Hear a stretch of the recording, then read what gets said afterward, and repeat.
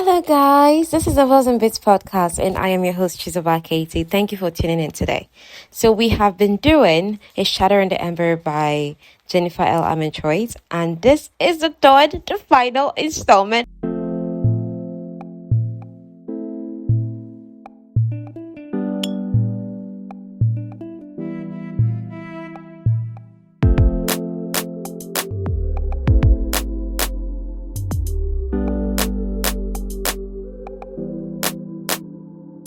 When we ended things in the last episode, we saw that Sera found out the true reason behind the rot. That it's actually because there are two primos of that. The world is dying. And she has the last ember of life that there is. Okay? But then her reaction to finding out the news gives away that she actually did not just come here to fulfill the deal as a bride, but to actually end Nyktos' life. That's Ash's life. And all the gods, including Nyktos, are very pissed at her. Like, how can you even imagine doing any of those things? This guy's not a bad guy kind of feeling, And she knows all this because she's actually relieved that she doesn't have to kill him. But hey, the truth is out there and nobody trusts her anymore. And then there's a siege, okay? The trumpets blow, the horns blast. There's a siege. Collis has sent people here because it's just sensed the magic she performed, the ripple of magic that happened when she brought Gemma back to life, okay? So there are people here. It's a siege. And if Collis should ever come to this land himself, the Shadowlands, Sera will be dead for sure. Now, Nyktos is the dragon, human stuff, right? Draken. He's in his human form right now. He's taking the younglings. That's his daughter Jadis and Reva, Reaver, to safety. So when he's safe to those two, he's going to join the others against whatever this siege has come with, okay? Now, Sera is thinking that Nyktos wishes he has not told her what he told her the night before. I'm not exactly sure it's the night before, but in the previous episode, we had this scene where Sera and Ash had a moment and they fell asleep holding each other. Nyktos also doesn't normally sleep very well. Ash doesn't normally sleep very well. He slept like a baby. In fact, he didn't even sleep as peacefully when he was a baby, okay? And Nyktos is like, oh, Sera, I'm going to take you as one of mine because you give him peace. Sera's thinking, he must regret telling me that. Regardless, they have to go out to this fight, to this siege. Hector and Rain are Sera's guards, to keep her safe. Ash is not withdrawing that from her. And Hector and Rain, they have to go out there and fight. And they don't know what to do with Sera. Okay? And Sera's like, I'm going to go with you guys. I'm trained with a bow and arrow. Ash is still there. And he snares like, of course you are. Aspire trained in everything that can kill me. Okay? Now, there's been a capsized ship. So they're heading out to the bay. Something is in the water and nothing has been alive in that water for years because water is dead. The water is pitch black. Neither God nor mortal survive in it. Rain is incredulous. Sera is coming, but no one will be around to watch her. So back she comes along. It surprises Sera that although Nyktos is mad at her right now, he's Nyktos, so no longer Ash. He lifts her onto Odin. He's mindful of her through the rough hard ride. Okay, when they get to the bay, Nyktos still helps her down. He has Hector bring a cloak that he covers her in and buttons it up. I mean, he's mad at her, but he's still caring about her well-being. Now, Theon wasn't there when Sera's treachery was revealed. He was here at the bay with the gods. Theon, one of the gods, who, now they've all been treating Sera very good until this betrayal thing came out, and they're all not happy with her. So Theon was not there when Sera's treachery came out at the healing room. So that's why he's frowning at Nyktos' stone when Nyktos is like, stay with Rain and Hector. And Theon is like, what's with your tone? Why are you talking to her like that? Now, Sera worries when Nyktos rides out towards the harbor with other gods. As long as Nyktos is someone that lives and breathes, he can die. Gods can be killed, even though he might not be easy to kill. Now, from where Sera is left at, she has an overview of the city for the first time. And the city reminds her of Croft's Cross. Croft's Cross is a wealthy part of Lazanu. So Nyktos has established a city such that everyone in that city is privileged, or at least they're living a privileged life. There's no slums of the Shadowlands because Nyktos is a good ruler. 100,000 people live here at Let's. That's the city part of the Shadowlands. Next thing, there's a sound like thunder. Numerous people are running down the narrow streets, getting away from the area of the harbor. They are on the verge of a stampede. The things in the waters finally show themselves. They are the size of horses, climbing up the sides of the ships, their heavily muscled bodies glistening like midnight oil. The ship's docks in the harbor tremble as if they're saplings, like wood now. That those ones you can just break. Now, there are wood cracks and splinters under their grips, and these are ships that are made with solid wood, but it's just cracking like it's biscuits under these creatures. Their feet punch holes through the decks. Apparently, the name of these creatures are Diake, but the spelling is Dakai, Dakkai. But then you want to pronounce it, you say Diake, according to the author. That's why the ether thing self-tire me, because it's spelled ether, but you pronounce it ether. Anyway, I'm not here to be perfect at pronunciation. I'm here to tell you a story so that you can enjoy the story. Now, these Diaki, they're a race of vicious flesh-eating creatures remote to have been battered from the bottomless pit located somewhere in Alisum. They are here because the scented ether, the power that Sera used now to raise Gemma back, they are drawn to it like bloodhounds. Diake makes it to the top of the bluff. A bluff is a peak of a cliff, a wall. There are many of them. Nyktos, other gods. There's a hooded god like that is standing on the back of one of the horses and firing arrows. And then the hooded one turns out to be the goddess Bel. Sera just met her in the previous episode. And Rain claims Bel is showing off. And Bel jumps into action, firing arrows at the Diake. So Sera, to everybody's jumping into action right now, and Sera learns that these Diaki, they are pets of the court of Dallas. They are from Colas. Nyktos fights impressively. There's a maneuver where he raises a hand, closing it into a fist, and Odin, his horse, becomes nothing more than shadow that wraps itself around Nyktos' arm, sinking into the skin around the silver band. Okay, so that means Odin is not typical. Nyktos spins, lifting a Diaki in one hand. Remember, they're muscle, they are very heavy. They break ships like biscuits. Nyktos lifts one of those things in one hand, and he slams the thing into the ground, planting a booted foot against its throat, reaches across his chest to unsheath the short sword with a blade that glints like onyx moonlight. He brings it down with a quick thrust, and the Diake is no more. The gods are depending on their physical strength, arrows, weapons to fight. They're not using their powers because Diake would sense them and swarm them. Diake don't have eyes, slits for noses, and sharp teeth. Now the Diake are climbing the wall, puncturing it, and Sera's quiver is almost empty. One of them catches her off guard, destroying her bow. She sinks her dagger through it, and it poofs. Sera helps Hector at some point by training the dagger. She even helps Nyktos. When it's clear that those of them on the ground are being overwhelmed, Sera wants to go there, even as Rain tries to stop her. Fortunately, the Drakens arrive. Silvery white fire rains on the Diake. Rain pulls Sera down. Ophine is a Draken, replaces where Sera just was and releases silver fire along the walls, obliterating climbing Diake. Rain and Sera are staying down because the Drakens aren't all that aware of their surroundings when they change into this dragon form, okay? Now, once she can, Sera immediately searches with her eyes for Nyktos, even knowing he hates her now, but she is concerned is that she's concerned. Baby is there is that she's there, okay? His eyes find her too, and she notices he bled tonight. Ophine gets into a fight with an orange Draken, and this Draken is bonded to Colas. The orange Draken gets away and attempts to fire down on Sera and Rain. Thankfully, Nyktos arrives on the scene and fires down on the Draken first from above. So hard that orange Draken crashes into the ground. The thick spiked tail is a force to disappear, like the Draken is turning back to human. And then the body shrinks rapidly, talons and limbs becoming legs and arms, scales receding to reveal patches of burnt, pinkish red flesh across its chest and stomach. Spiked skin sink into shoulders and frail smooth out, replaced by a cup of coily brown hair. A nude man is lying there, his body a kaleidoscope of charred flesh and deep, seeping grooves. Sera wants to vomit because the sight is not palatable at all. Nyktos gets there and the Draken laughs, now calls Nyktos boy, and tells Nyktos that he has something. that Colis is looking for. Before he can finish talking, Nyktos severs his head from his body, the dragon's head. Afterwards, Nyktos orders Rain and Ector to take Sera back to the palace. They are in the throne room waiting for Nyktos to return. They couldn't decide, should we lock this baby in her bedchambers or in his cell? Sera has no intention to hide from Nyktos. Also, she's concerned. How hot is he?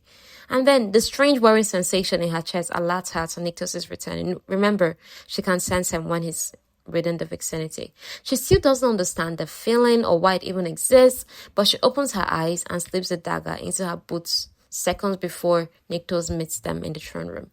He has cleaned up a bit, but the wounds are not closing. Yes, the wounds are not actively perfusing, they're not bleeding, but they're not closing up. That's a problem. The first thing Nyktos does is take back Sera's dagger, the same one he gifted her. Ouch. He tells her he can't afford getting stabbed. As for Colis knows something is here. He doesn't know that Sera is here for sure, just that something is here. With Colis not knowing the source, Nyktos plans to keep it that way. She's not supposed to, but Sera feels a stupid skip in her chest, and she says, because I believe your father did something else besides putting the ember of life in my bloodline. He tells her, I know he must have had a reason that goes beyond keeping the ember of life alive. If that were the case, he wouldn't have put it in a mortal's body. And until I figure out why he did what he did, Colis will not get his hands on you. Now, 20 died tonight and let, and there might be others. Sera is sad, but Nyktos asks her not to pretend she cares. And she's like, I am not pretending. I don't want to see people die because of me.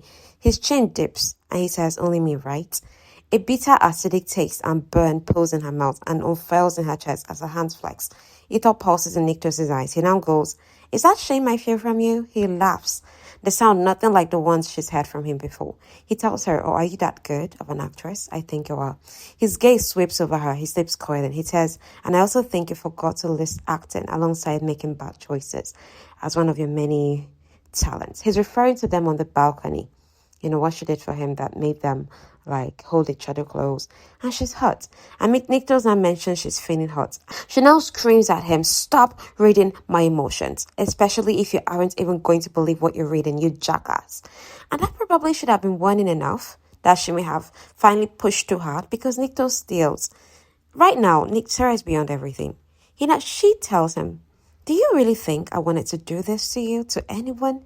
It was the only way we believed we could save our people. It was all I've been taught. For my entire life, it's all I've ever known. I would say I'm sorry, but you wouldn't believe me. I don't blame you for that, but don't you dare insinuate that what I've done with you was purely an act, or that what I'm feeling is fake when I've spent my entire goddamn life not being allowed to want or even feel anything for myself. Not when I spent the last 3 years hating myself for the relief I felt when you didn't take me because it meant I didn't have to do what was expected of me.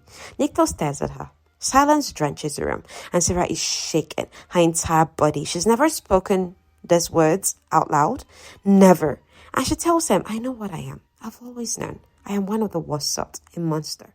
Remember when Nyktos was calling the goddess Vexes the worst sort? So Sera is saying, yes, I know I'm her type of person, okay? But don't you ever tell me how I feel. So at this point, Nyktos whispered something to Nyktos. Nyktos wants Nyktos to stay on the wall just in case he was wrong about the reprieve. That is, the Daki have stopped coming. But Nyktos doesn't want to leave Nyktos alone, not now. He doesn't believe the primal when he says it's fine. Sera's attention shifts to the tears in Nyktos' tunic. The splashes of darker material along his chest, they're spreading, and most of the blood is his. Nyktos asks Nyktos to put Sera somewhere safe, especially as Sera assigns no value to her life. Then Nyktos stalks off. With Nyktos gone, Sera finds out from Nyktos that Ash is badly hurt, or Nyktos is badly hurt, and he needs to feed, but Nyktos won't. If he keeps insisting he won't feed, he can turn into something animalistic and he can be weakened. So Sera goes, why won't he feed? Nyktos' gaze meets hers because he's been forced to feed until he's killed. That's why. Sera is too stunned, but she remembers what Nyktos said at breakfast before, how he was held against his will. So Sera now asks, did Colis hold him prisoner? There's a long stretch of silence before Nyktos says Colis has done all manner of things to him. Rain is hoping Nyktos rise it out, but Nyktos thinks Nyktos is mad enough at Sera that Nyktos will feed from Sera if she pushes, okay? Because he's mad at her right now. He's not going to try to be all noble and hold himself back, okay? Again, she's willing to help. She assigns little value to her life. So this is her saying, yeah, I want to try.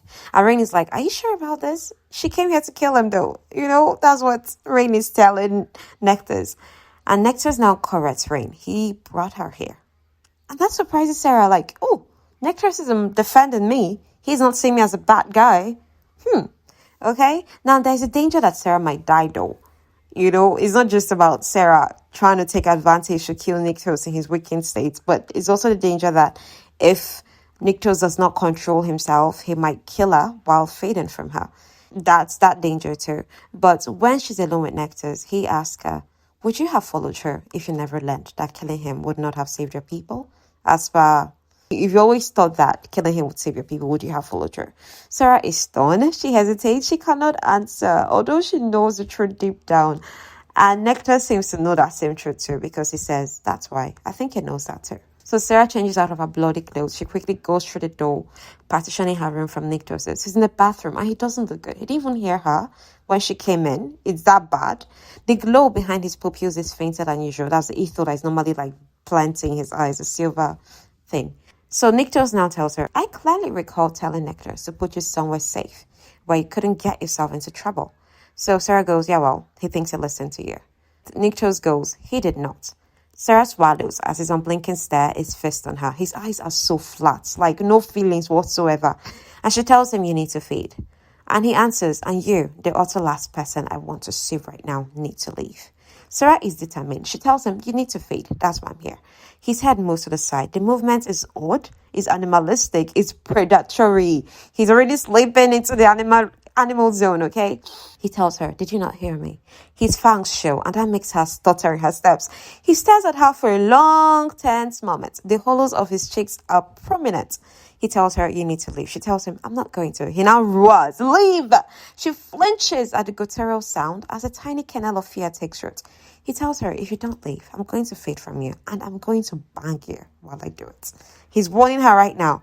She now tells him, is that a promise or just more talk? This reminds me of the Charlotte scene. You know that scene where the king is like, I beg you, Charlotte, leave. And she's like, no, I'm not going to. I said, do you love me? That kind of thing. This scene, the energy here reminds me of that scene. So he now hisses at her, reckless. She tells him, I think that is one of my many talents. Ether pulses in his eyes, bright and brief. He tells her, I may kill you. Do you understand that? I haven't fed in decades. I don't trust myself right now. Do you understand, Lisa? He's once you calling her Lisa, even as mad as he is. Okay. She tells him, as though she knows what she's saying, you're not going to kill me. He tells her, foolish. So be it. He sinks his fangs deep in her throat. Nyktos is around 200 and something years old, 212 or so, right?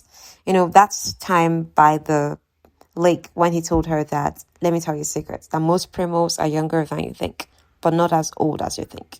Do you get that kind of thing? They're younger than you think. So, she was expecting that Primo should be like 1,000 years old. Nyktos, like I said, is like the youngest in all his courts, although he's the leader of the courts. He's only 200 and something years old. He's quite young. So compared to many of the gods.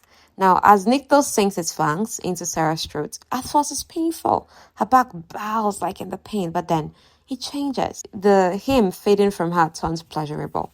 And she wants to be devoured by this intensity. He draws and draws until he pulls back. His eyes are brighter. The wounds are sealing. But she senses he hasn't taken enough. And he tells her it's going to be enough. Right now, he hasn't screwed her like he promised. He turned her gown earlier. She shrugged it off. So to seduce him, to hurry him along because he needs more blood. She does the whole touching herself while he watches stain. It drives him nuts. And this time, his fangs sink into the flesh of her breast, just above the rosy skin of the areola. The shock of pain is just as intense as before, just as stunning in its completeness. She can't think past it as his arm comes around her waist. He lifts her, his mouth closes over the skin, the nipple. The banging does happen, and the way it's described, it's so beautiful. Even me, who is not into love scenes, if you know how I read a good book. I don't read because of erotica or this or that. I prefer books without erotica. I'm all about the small things that make the romance, okay? But the way this was written, the moments, the emotion leading up to this scene made it oh God, this is so good. This is so good, okay? That's how I felt about the scene, really. She holds him through the whole release stuff, and this is a first for both of them, in the sense that she's never felt that way before. And for him, this is like him losing his virginity to her, sort of. He's a virgin god. So she cherishes this tender moment, knowing it's going to slip out of their hands anytime now, okay? She thinks he'll kiss her. She expects it, but he rolls away from her. Lying on the other side, she swallows the burner. Like, oh, he hates me. He can use my body. He can use my blood. But don't expect any affection, Sera, and that's painful. So he now asks her, how can you be so convincing? And she's like, I'm still on the matter that I'm not pretending. Meanwhile, did you take enough blood? He tells her that he took more than enough this time. So she's like, okay. So she now starts to get up because her business here is done. Okay, he took her blood. He got his release. It's okay. She needs to move on with her life. And he now asks her, where do you think you're going? She's like, to my bedchamber? His eyes narrow wide. She's like, why wouldn't I? Or am I supposed to be sent somewhere else to those cells you referenced? She stiffens. If so, she now tries to be bold. Can I at least find some clothing you didn't ruin? And a strange thing happens then. He seems to relax when she's like, oh, can I find clothes you did not ruin? He smiles faintly, like, yeah, I did do that. I ruined that gown. As though the memory is a treasure for him years to come. And he's like, okay, I want you to lie back on the bed and rest. She's like, you want me to sleep beside you? It's confusing because he hates her. And he tells her, I want you to rest. If you're beside me, I don't have to worry about what you may or may not do. So her childishness takes over. Like, what's that supposed to mean? You just want me to rest so that I can keep an eye on me. She's like, go knock yourself out or something. I'm not doing what you're saying. But before she can actually move, she makes it to her knees because he moves shockingly fast. She's like on her knees on the bed. His arms are around her waist, body pressed to hers. And first thing she notices, his body feels warm. He's normally his skin normally feels cold. He arranges her body in a position for, taking her from behind. And then he now says something hurtful. It's funny because he cannot hurt me. You can never weaken me to the point that he'd ever be a real threat. She knows what he's saying. At least she thinks she knows what he's saying. He's saying she's not real threat because he would never love her. Anyhow, it's another bangity section. She bites on his finger. I don't know what possesses her to do that. She doesn't know what possesses her to do that. She's surprised that the taste of his blood is smoky honey. It doesn't taste like, disgusting blood. It tastes like honey, smoky honey. And when they are done, there's a vague feeling that they're not going to be the same again. That's how she feels, like something just changed. And she doesn't know why.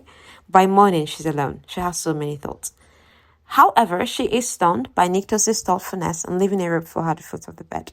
So she puts on that rope, makes her way to her bedchamber. Past that, a mortal boy of 15 years old brings up water for her in pails for a bath.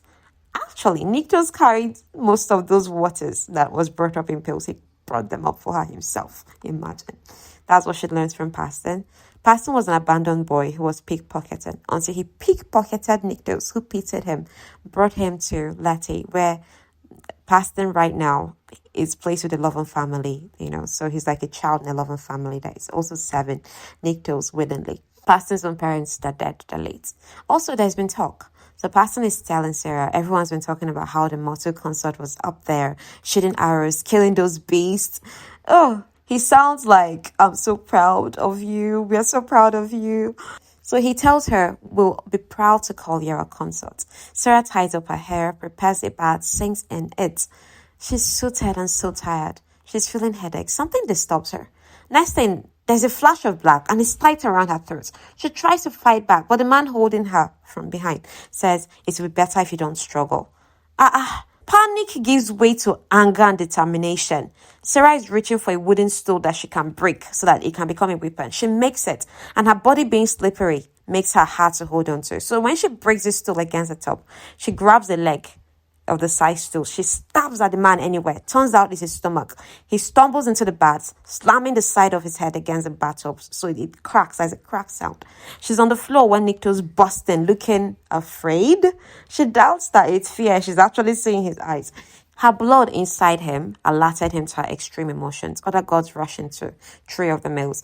Nyktos uses his body and conjures shadows to cover her so that, now, to give her privacy so that they don't see her nude and stuff. He now orders for a towel that he uses to wrap around her. So Nyktos' voice is soft when he says, he tried to strangle you. Sera's like, he tried. He failed, as you can see. And that doesn't seem to ease the Primo as his fingers graze her throat, the touch tender. He now wants, like he says in this warning voice, your skin better no bruise. Okay? My heart is fluttering. I mean, he's mad at her, but he's still going, your skin better not bruise. As for the things I would do. Hey, God. The person who attacked Sera is Hamid, the baker guy that reported Gemma was missing. Sion confirms he's still breathing, and in a flash, Nyktos uses ether to destroy the guy. His soul, everything. Haba, that's extreme. You will see why he's extreme, because this guy also, just like Sera earlier, meant well. Hey God. Nyktos didn't want that. He wanted to question Hamid as per why did you want to do this? But now they've destroyed everything that is left of the guy. Hector can clean up the bathroom as punishment because Nyktos is vexed as far. Did I ask you to do that? Clean up this bathroom. Because Hamid would not have attacked again now, seeing that all the gods are here. And Hamid already had a terrible head wound. So Nyktos carries Sera into the room, wraps her in a blanket. She notices she's still holding onto the leg of the stool. Hamid hates Colis too. He was a quiet, kind and generous person. So why would he do this?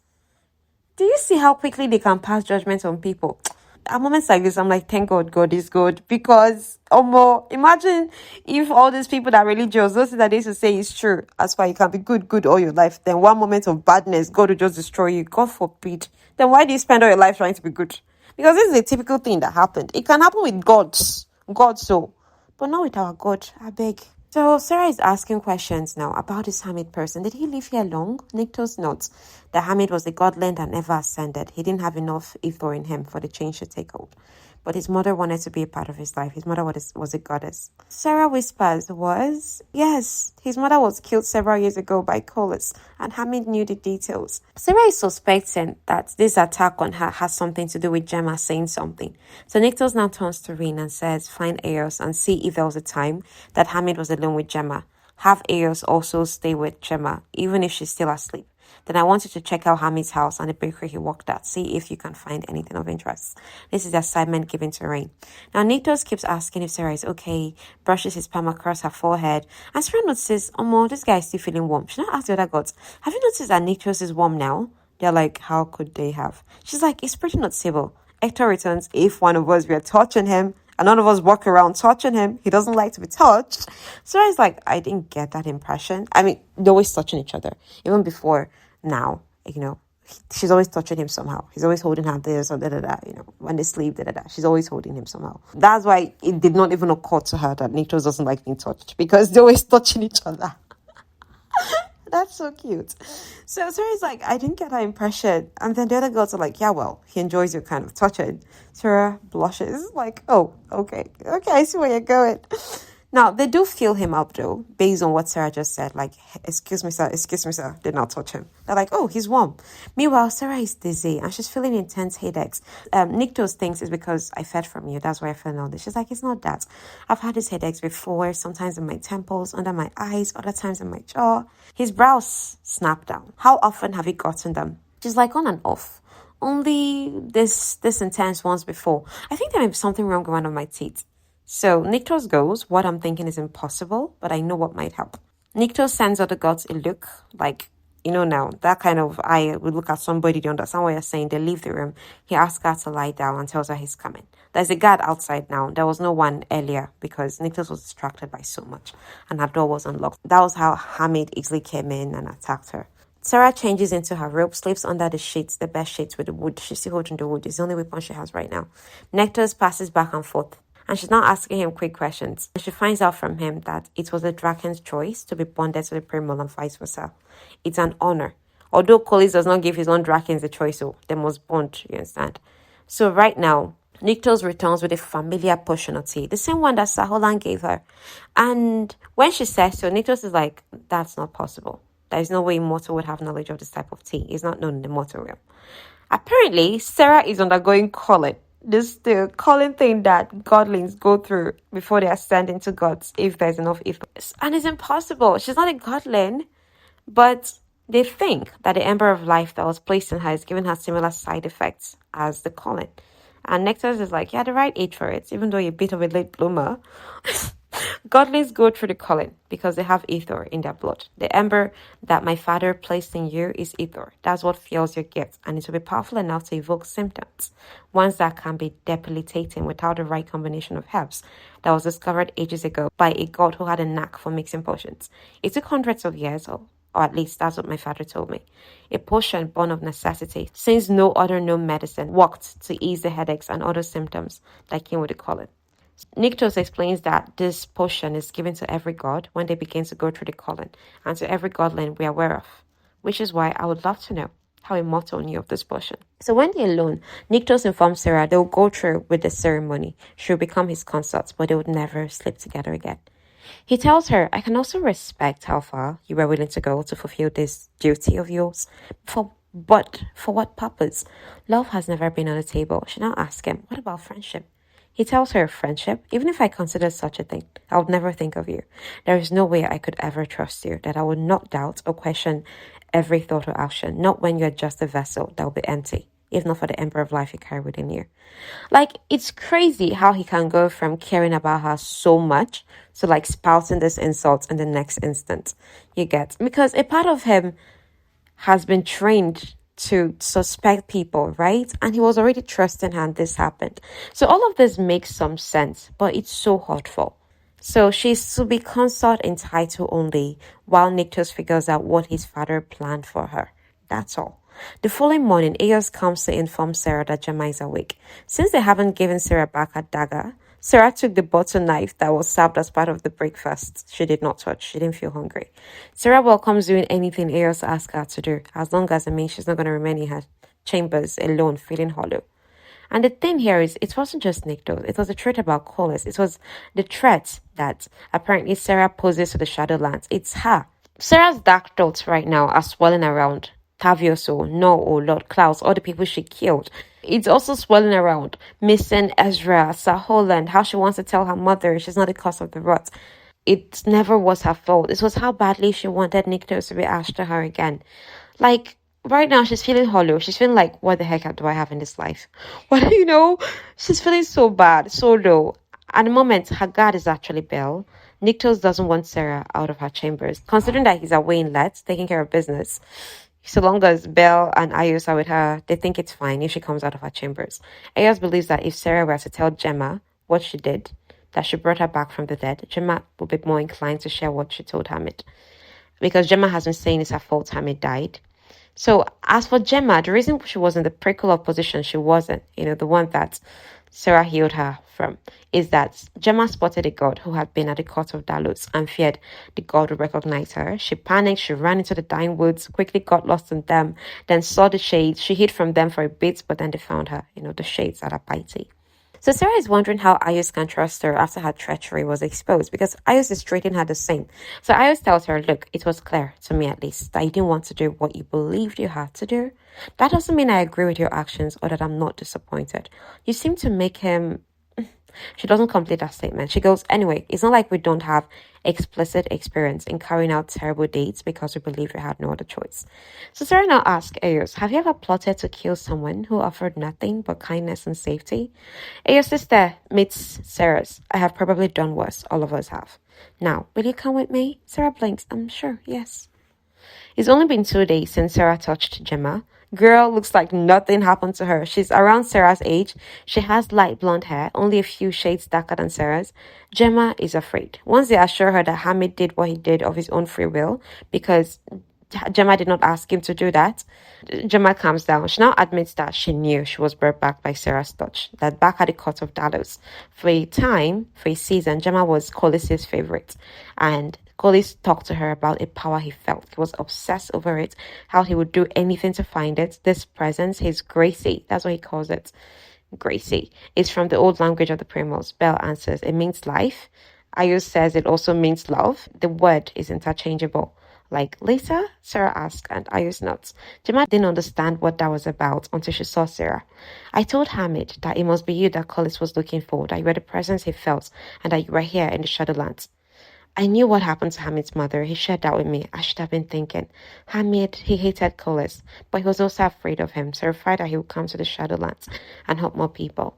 So that's why Hamid thought he was protecting the Shadowlands by making sure Colis didn't have a reason to come. He was trying to remove Sera, the lure that would bring Colis to the Shadowlands. So you can't actually fault him for that kind of thinking, but he paid for it terribly.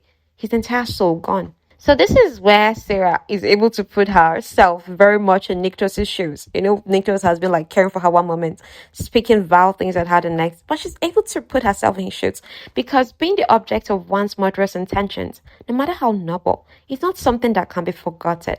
Okay? That's how she knows Nyktos can never forget what she did.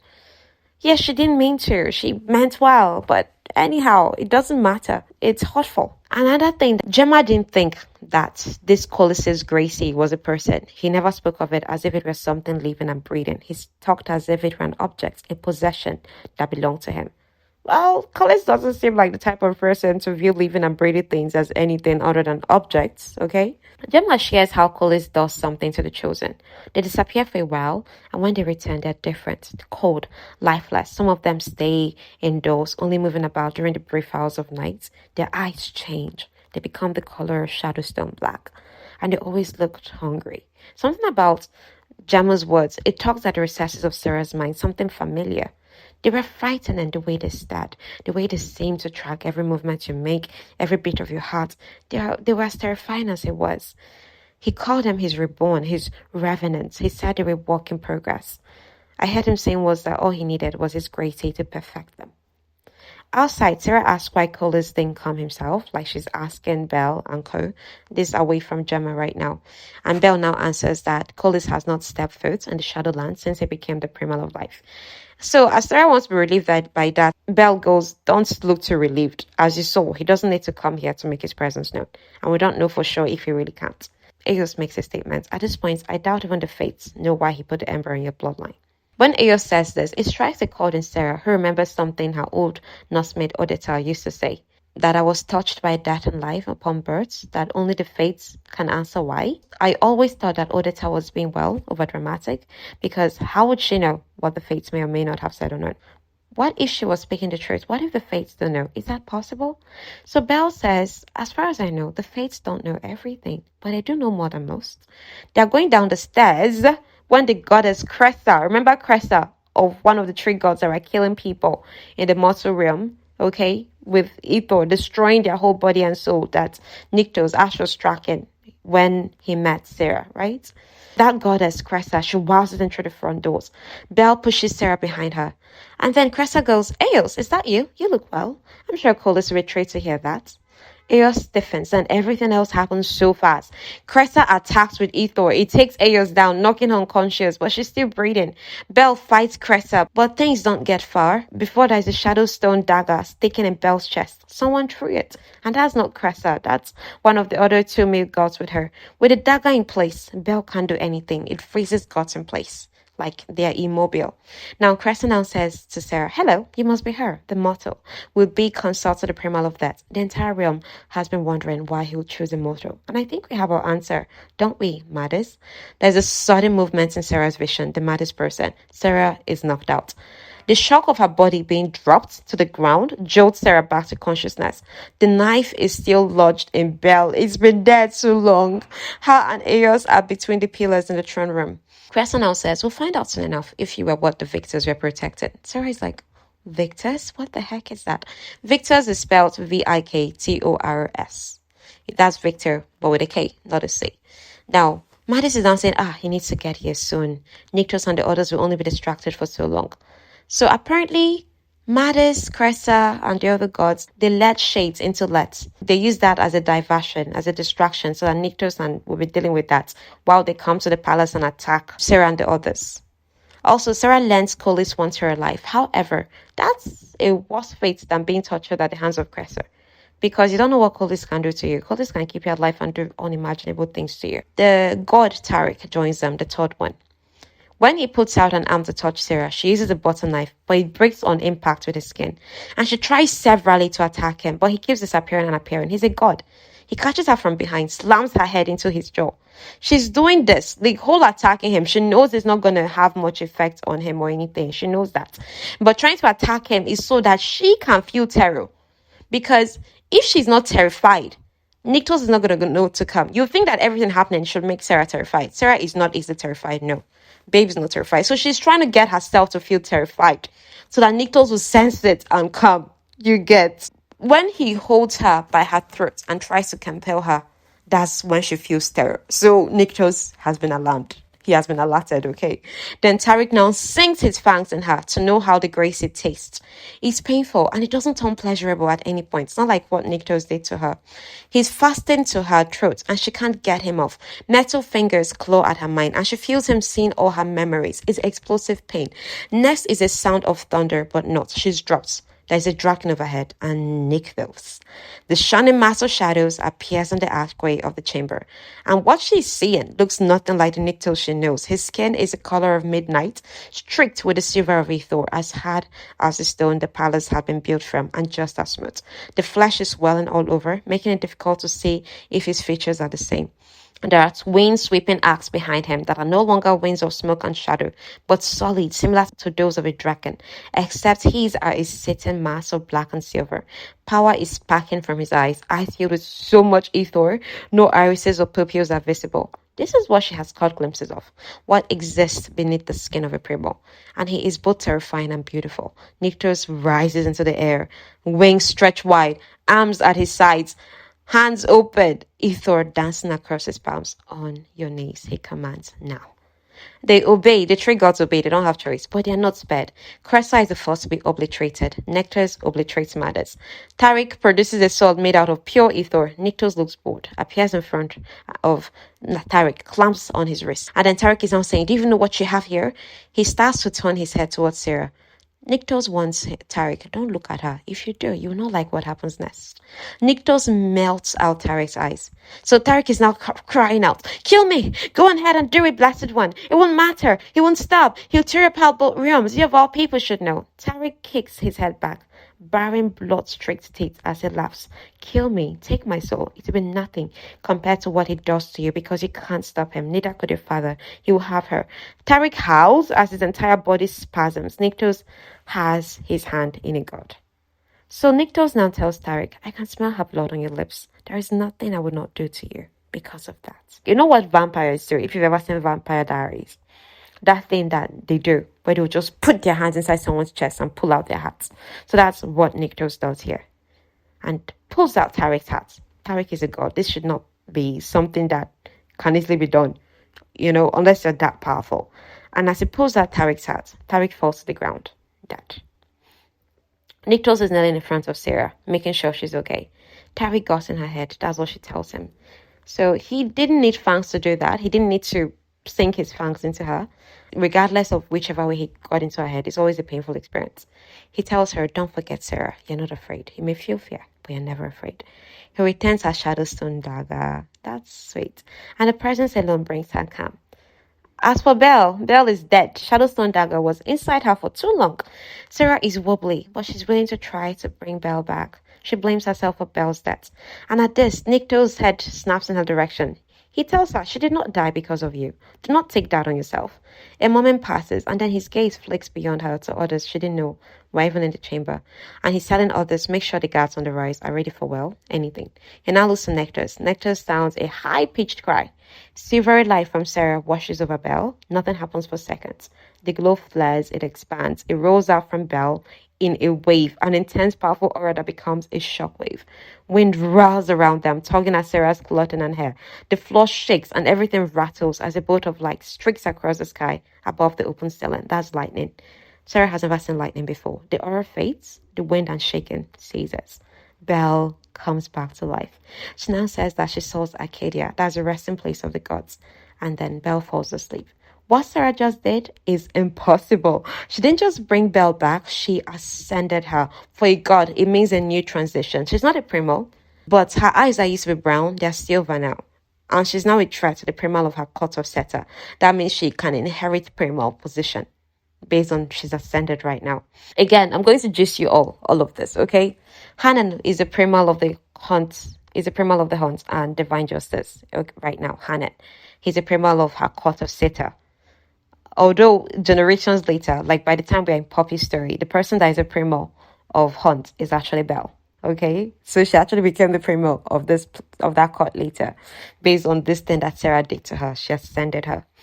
Now, Nyktos asks that Sera be taken to his office. It's minimal, like everything in his life. So Sera waits for Nyktos in his office. So when he returns, he thanks her for what he did for Belle. Seeing that Sera is bloodied, he orders for basin and water. He insists on cleaning her up, and her heart flutters. He also sent for the array, that's the fates. It's up to them if they'll come or not.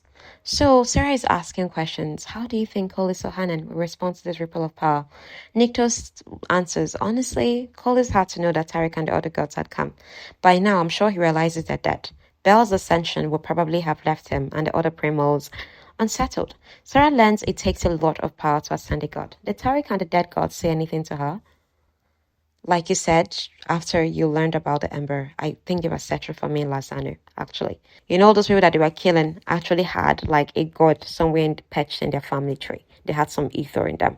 So they were actually looking for Sera, the source of the magic, but they were killing those other innocent people. They were searching for the ripple of power. They said they'd find out if it was me, the victors were protected. So it's been a while Nyktos heard of victors. So victors are apparently mortals born to serve one purpose, to guard a harbinger of great change or purpose. Some are not aware of their duty, but they serve nonetheless through numerous mechanisms of fate, like being at the right place at the right time, or introducing the one they've been destined to oversee to someone else. Others are aware and are part of the life of the one they're protecting. Sometimes they're called guardians. Like Poppy had victors. Like her victor's name was literally Victor. You get Poppy, the god that was like a dad to her, although they killed him, and Poppy was full of rage, in Poppy's story. Remember, Poppy is Sera and Nyktos' granddaughter. She's like the conclusion of this whole story. Again, I'm going to gist this whole thing, how it all comes together once I finish this episode. So you would have like a few seconds to decide, you want to hear all the tea or you want to just go read it yourself, okay? Nyktos is telling Sera, in all the time I've heard of victors, I've never known there to be more than one to protect any given person. And the thing is, victors are not easily sensed. So they're neither mortal nor god. They're eternal, like the fates. They're born into their roles, much like a mortal is born, but their souls have lived many lives. They live like mortals, serving their purpose. They die either in the process of doing that or long after they've served. But when they die, their souls return to Mount Loto, where they are. They're given physical form once more. They remain there until it is their time once again. When they're reborn, they have no memory of their previous lives. Only this calling that some may or may not figure out is a way for the fates to keep the balance equal. But when they return to Mount Loto, their memories of their lives return. Sera suspects Sir Holland was a victor because he had protected her by training her, and he never gave up, never. He knew about the potion, and that makes sense if he's a victor. If he is, it makes Sera want to cry. Sera winds up falling asleep on Nyktos' thigh. She wants to wait to see if the array will answer. Next thing, she feels a poke. It's River. River, he's in human form. Okay, he's been in his dragon form all this while. Like 9-year-old River, this small dragon. Nyktos is sleeping too. They both needed the rest. See, he's even still falling asleep next to her because an innate mind of his knows that she would never hurt him. You get, even though she was forced into that position. And would see what's deceived their family line. That it's by Sera killing Nyktos that their kingdom will prosper. Would see who deceived them. Obviously, I'm sure you already have your suspicion. But I'll gist all those things quickly. Nyktos actually sent for Nyktos. So that means the array answered. Sera stands up so fast she feels dizzy. Nyktos is concerned. Like, are you okay? She assures him it's not headache. She just lost a lot of blood. Not to Nyktos, it's Tariq. She's glad that she could actually help him when she did. Anyway, Sera is like, I just wanted to make that clear. We should get going. She's caught up by a surprise kiss from Nyktos. Nyktos is like, I will never sleep with you again. What happened between us will never happen again. All those things. Yeah, he kisses her here. And she melts into it. She wants to keep chasing it. Like, can I keep chasing your lips, man? But he pulls back and he's like, it's not going to happen again. I'm not going to kiss you again. Right. Oh my god. Anytime he's over his says, I'm like, right. Okay. Regardless, it doesn't matter what he's saying right now. Based on what he just did, she feels hope. He doesn't hate me as much. When they step out, Nyktos recognizes the goddess Penelope. That's who Poppy is named after, the goddess Penelope. Poppy. Penelope. Penelope is here because of Sera. She's not the array. She leads both of them, Nyktos and Sera, towards the throne room. Sera cannot believe her eyes. Sir Holland is standing there. Sir Holland is not a victor. He is an array. Okay, he's not a victor. He's not like the lesser. He is an array itself. He's a fate. Okay, he's a fate. He's a spirit of fate. He's masquerading as a mortal. That explains how he knows of the potion. He's a god. Holland always believed in Sera. When he'd been sent to Vodina Isles, remember now, when Tavius became king and he wanted to pin Sera, he sent off a loyal guard to the Vodina Isles, knowing that Vodina Isles people would kill Sir Holland. Sir Holland also knew that. So that's why when he was sent off, he was like, oh, this is my sign to go back to the land of the gods, So that's why. Sarah recalls this must be why he never aged. Because she always used to wonder, since I was small and now this man does to age. Do you get?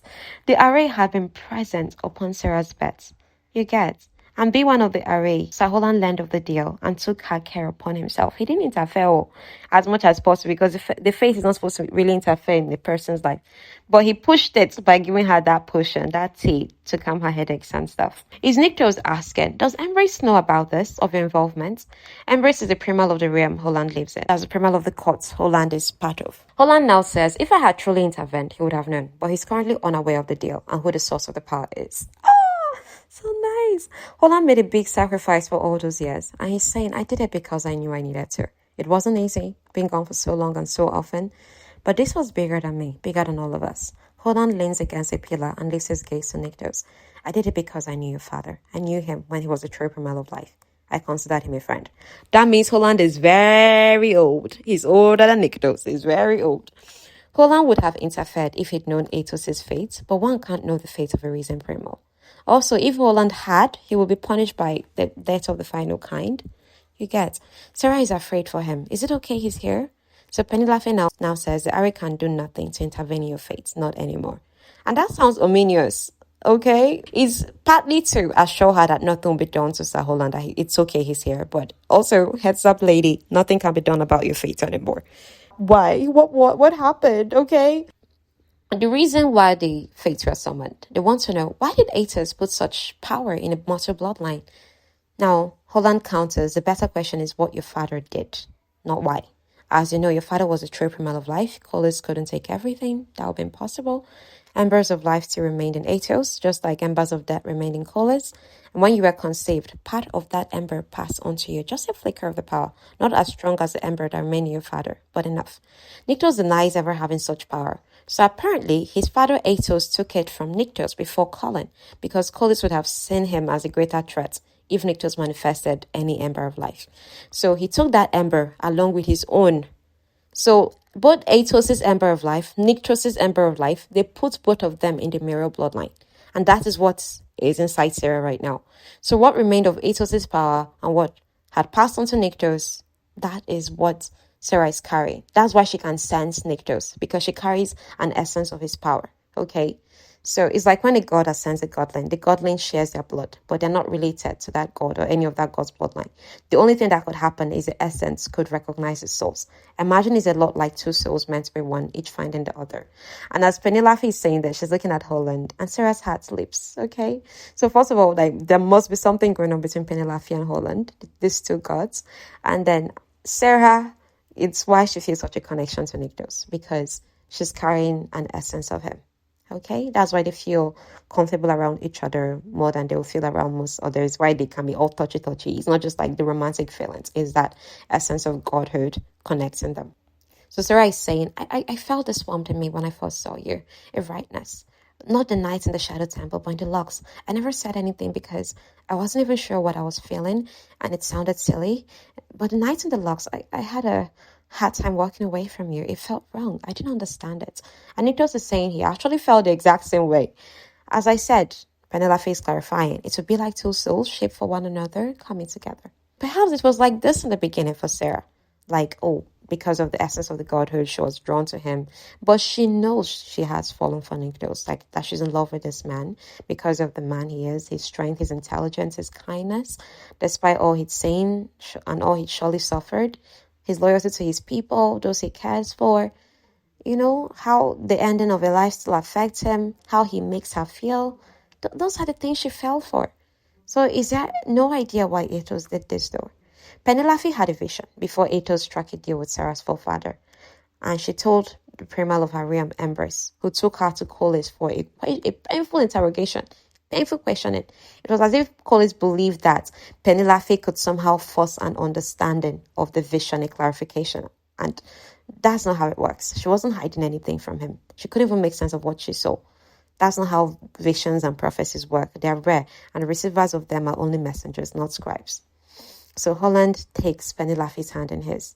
So Collis eventually gave up, trying to pound out this information from Penelope. She went back to Mount Lothal, to the array. They hate prophecies, the array, funny enough, and they really couldn't help her. So what's this prophecy? This prophecy also actually dribbled down to Poppy's line. Poppy suffered a lot though because of this prophecy, because some parts of people are believing that they should kill her, so this prophecy will not happen. While the other part of people are like, no, So we're just going to see how it all comes together, at least to the point of the story where I'm at, and then we'll round this off, okay? So who's with me? Let's go. So the prophecy, according to Penelope, what she saw was just disjointed images. People ruling in the mortal realm that it didn't appear mortal. Places that don't exist yet, like cities forever laid to waste. Kingdoms shattered, rebuilt. Great and terrible wars. Wars between kings and between queens. A forest made of trees and the color of blood. Steeped in the sins and secrets of hundreds and hundreds of years. I also saw her. I saw them. A chosen and a descendant of the first. That's Poppy being described right now. The eater burns brightly in Penelope's eyes as they meet Sera's, a queen of flesh and fire, and him, a king risen from blood and ash, who rode side by side with man, and they felt right. They felt like hope. They are more disoriented images, but they were words that Penelope could not forget. From the desperation of golden crowns and born of mortal flesh, a great primal power rises as the heir to the lands and seas, to the skies and all the realms, a shadow in the ember. The title of our book, a light in the flame to become a fire in the flesh. When the stars fall from the night, the great mountains crumble into the seas, and old bones raise their swords beside the gods. The false one will be stripped from glory, until two born of the same estate, born of the same great and primal power in the mortal realm. A false daughter with blood full of fire, fated for the once promised king. The first daughter is actually clarifying some things as I'm going. This first daughter with blood full of fire, fated for the once promised king, is actually Sera. Okay? The second daughter with blood full of ash and ice, the other half of the future king. This person is actually Poppy. Together, they will make the realms as they usher in the end. And so it will begin with the last chosen blood spilled. The great conspirator, bettered from the flesh and fire of the primals, will awaken. The great conspirator, they're suspecting is Collis. And then for the prophecy to say that the great conspirator will awaken as a harbinger and the bringer of death and destruction to the lands gifted by the gods. Beware, for the end will come from the west to destroy the east and lay waste to all which lies between. So that's a prophecy. So it's safe to assume that the latter part is referencing my uncle. This is Nyktos speaking. He's a great conspirator, the rightful bringer of that. He, along with my father, they were born in the west. So Nyktos looks down at Sera. Both Atos and Collis, you get, they were born in the west. They were born in the mortal realm, roughly where the present Macedonia stands. That's where Sera's kingdom is. That's the west. The last part of the prophecy means that he will destroy all the lands from the west to the east, including the mortal realm. So Holland is like, depends on how one defines chosen. It could be speaking of those chosen to serve the gods, or those like you chosen for a different purpose. And the bettered from the flesh and fire of the primals could mean a rebet of sorts. That's Poppy actually, not an actual bet. Sarah is now asking, how can this be referencing Collis? How can he be awakened when he's already... Nyktos is like, unless he goes to sleep. And in Poppy's story, Collis is actually sleeping.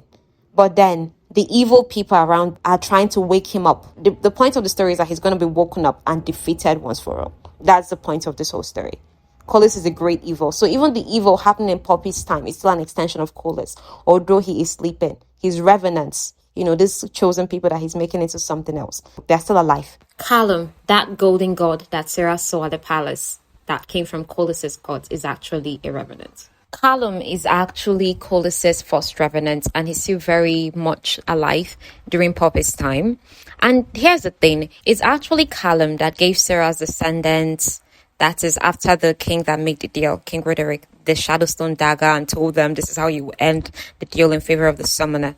Because Collis knew, of course he knew about Sera about to be born. She has the life. Just, he didn't know all these things at first, but he had an idea. And then when Sarah was born, her dad went to like summon the primal of life and say, hey, look at what the primal of death said, please undo it, that kind of thing. So that's how Colis got all the tea. But all this years, he just been quiet, waiting for the gift to mature in Sarah. Do you get? So it's not like he was not unaware and they don't know this. But hey, the element of surprise is he doesn't know everything, but he knows many things. Do you get? So there's still some element of surprise coming. So if you're wondering, oh, how is it that they know how to, like, they got the shadow store and they told all these things has been clueless all along. So he's actually been planning to, like, I don't know, destroy his nephew by using the deal, thinking Sarah would just do his dirty work for him. Because these people will still be working actively for him, as evil as he is. When he's sleeping, his people does not stop working. There are some people that just cannot help but serve evil. That's why he's the ultimate power. Sarah is now asking, how can Colis be awakened when he's already? So Nyktos is now murmuring, unless he goes to sleep. And that will never happen. Because based on who you're seeing right now, Colis sleep on his own free will. No. It's not going to be free will that will put him to sleep, but he will sleep. Holland shows them threads of Sarah's life. Choices that leads to outcome. Her life has hundreds of outcomes, but they all end in one way: her death at 21 years old. Nyktos vehemently stands against this. Like, no, she's not going to die. She's not going to die. Holland is saying death always finds you, one way or another, by the hands of a god or a misinformed mortal. We saw her made case by Colis himself and even by death. Sarah took a drop of Nyktos' blood during their lovemaking, and that was enough. The ember of life in you is strong enough to cause you to have the symptoms of the calling, but it wasn't strong enough to push you into the change. The symptoms would have eased off, but not anymore. Not with the blood of a powerful primal in you. You would go into the calling. You were born with an ember of not one, but two primals inside of you. That's what will attempt to come out. Nyktos vehemently refuses this, but nothing can be done. Nyktos is pale, he's horrified. Their actions, right, have given whatever it was Atos believed upon hearing the prophecy a chance to come to fruition. But Nyktos and Sera stare at Holland. What? So Malafi is like, look closer at this thread. So Nyktos' head lowers as he stares. At first, Sera says nothing, but when she squints, she sees it. The shadow of a thread, barely there, and ever-changing in length, stretching farther than any of the other threads, and then shrinking to the length of the others. So Sera now asks, what is that? It's an unexpected thread, unpredictable. It's the unknown, the unwritten. It's the one thing that not even the fates can predict or control. The only thing that can disrupt fate, it's love. Fate can't contend with love. Fate is even more powerful than what courses through our veins, equally awe-inspiring and terrifying in its selfishness. It can extend a thread by sheer will, becoming that piece of pure magic that cannot be extinguished by biology, and it can snap a thread unexpectedly and prematurely. Now, Sarah's body cannot withstand calling, not without the sheer will of what is more powerful than fate and even death. Holland looks to Nyktos, not without the love of the one who would aid her ascension. So Sarah's like, you're talking about the blood of a god, saying I would need the blood of a god who loves me. She can't believe she's even speaking these words. Not just a god, a primal, and not just any primal. It has to be Nyktos that would aid Sarah's ascension to godhood. The blood of the primal the ember belonged to, and the pure will of love can unravel fate. Sarah falls on her bump. Nyktos jerks back. It's unfair, because for Nyktos, love is off the table. It's not just in him. It's not fair to either of them. Life of love usually is not. Fate doesn't know all, because the actions of one can alter the course of fate, just like she altered the course with a single drop of blood. Just like a father altered fate, as did the primal killer when they stopped a soul from entering the Shadowlands, leaving it to be born over and over. That's the tale of Soteria, right? That Soteria is never dead. She's never in the Shadowlands. She keeps getting reborn upon that. So, Sahola mentioned this at the beginning of the story when he told Sera, you remind me of Soteria. And he says it again. You were a Seraphina. You always have been, just like she learned to become. Tiny bumps. Sera has had many names. She has lived many lives. But it is that one, the first one, that Atos remembered when he answered Roderick. Her life as Soteria. So aka Sera is Soteria. She is one and the same person. The same person that Colis was so obsessed with that he turned the world upside down. And she is right now. She's here as Sera. She cannot remember her other lives lived before this one.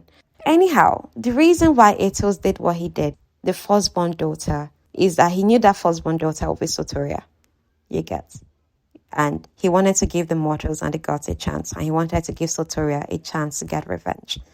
That's why he hid the ember of life, where it could be safe, where it could grow in power, until the new Prima was ready to be born, in the one being that could weaken his brother. Okay? So, born of mortal flesh is shattering the ember. That's Sera. Nyktos is repeating slowly. What Holland said about no gods rising in power is true. That hasn't happened since my father placed the ember in your bloodline, but he did it, even without meaning to. All life in both realms has only continued to come into creation because the Muriel bloodline carried that ember. Now, it's only Sera carrying the ember of life in both realms. She is why life is continuing. So if Sera were to die, there will be nothing but death in all the kingdoms and all the realms. But to Sera, it doesn't make sense. And Nyktos is telling her that it does. It's you. You are the heir to the land and seas, skies and realms, a queen. So, guys, this is where it ends. Who wants spoilers? I'm giving you 10 seconds to leave so I can spill. Okay? Are we leaving? Are you still there? Okay? You still here? I continue. Now, like I obviously insinuated earlier, it's not just Sera right now. There will be two queens. You know, Sera is a primal of life, or rather, she would rise to become the primal of life, right? And because she's a primal of life and she's married to Nyktos, who would still remain the primal of death, both of them ascend to become the king and queen of the gods, right? Both of them ascend. And people always assume, because they kind of kept Sera's identity a secret. I don't know why they did that. The author did not explain. You know, they always just refer to Sera as a consort. People did not even know that she's actually the true primal of life and not Nyktos. You get. And Nyktos chose to keep his face hidden, like Colis did, you know. You know, the whole person that started this whole not depicting the face of the gods is Colis, like the face specifically of primal of life and primal of death. So they left it like that. Nyktos did not, he didn't have his face depicted again, even in Poppy's own story. So it's not just Sera that would be the person to bring this prophecy to pass. It's Sera and Poppy. Because the last scene, there was this badass scene where Poppy finally like ascended into her godhood, her primalness in the series. It's Sera actually possessed Poppy's body. So it was like the two women kind of coming together to unleash this vast power. And the thing is, Poppy is born of, she's descended from both the primal of life and the primal of death. So Poppy is a primal of both life and death. It's never happened before that one person is a primal of both. You know, that's what Colis was trying to become, the primal of both life and death. You get, but he did not succeed. Although Poppy is that. Poppy is a primal of life and death. And Poppy's powers is like nothing anybody has ever seen. Ever. You understand? You can argue she's more powerful than Sera, right? But she's descended from Sera, and Poppy is a child in the sense that she's awesome. She has a great heart. She's strong. And at the same time, she's someone that, you know, she adores like people that have come before her. Like when she met Nyktos and she was like trying to read his emotions, not knowing she got it from him. And then she was always like excited to hear about Sera. Sera refused to wake up from sleep because even Sera and others went into stasis. Like they made the world beautiful. They put Colis to sleep. And even the world, the kingdom in Poppy's story that was doing many bad things was actually coined from Colis's name, Colis. You get. The queen there is like Poppy's biological mother. And the reason she was doing all the evil things she was doing is just so annoying because they killed her son. Yes, the pain of killing your son is bad, but to go on a 400-year stampede of pure evilness, killing thousands of children because they collected your one son. Haba. And she still betted two daughters, right? But she was now betting her daughters to a degree. Like Poppy has an older sister. That's why Poppy is a second daughter. But Sera is a first daughter, right? According to this prophecy you just had. So it's a whole thing. So much is going on. And that first daughter, because she could not be ascended into godhood, there was not like a god to help her through it. Her mother, that is their mother, Poppy's mother, that's evil. I've forgotten her name, Steph. Was it is a bitch or something? She made that first daughter into a revenant. And Sera hates revenants. Because I think they tortured her because Sera would still be captured by Colis's court. But the only reason she was not killed is because she carries the soul of Soteria. I don't know how she escaped and then she got pregnant. The thing is that the book one of this series, of this particular Flesh and Fire series, is the best. Book 2 was really nice too, you know, and that's where we find out why Nyktos is not capable of love. He removed the part of his heart that should actually feel that emotion. He removed that part of his heart. So I don't know how the love between him and Sera would work, considering he doesn't have the that capacity in his heart to love. He removed that part of him. He can feel lost. He can feel care, but he doesn't have that capacity to love completely. And that's what Sera needs to rise into godhood.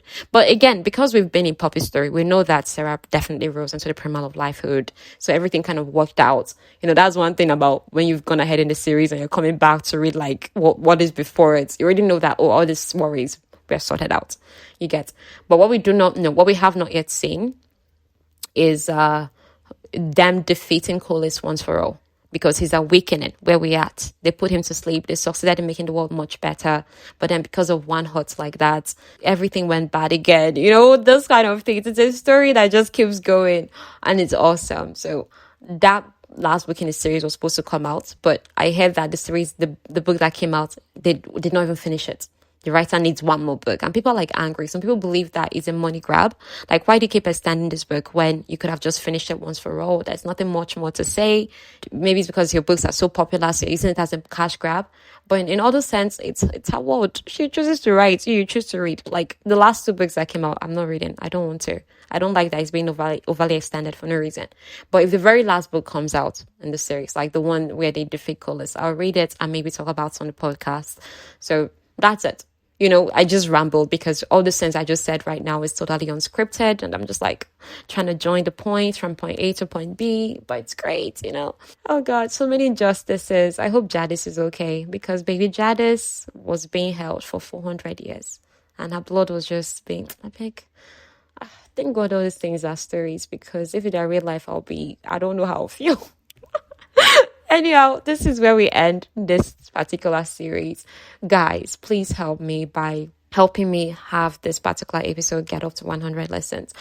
I really need that push because I'm feeling like to hold off on the podcast for a while.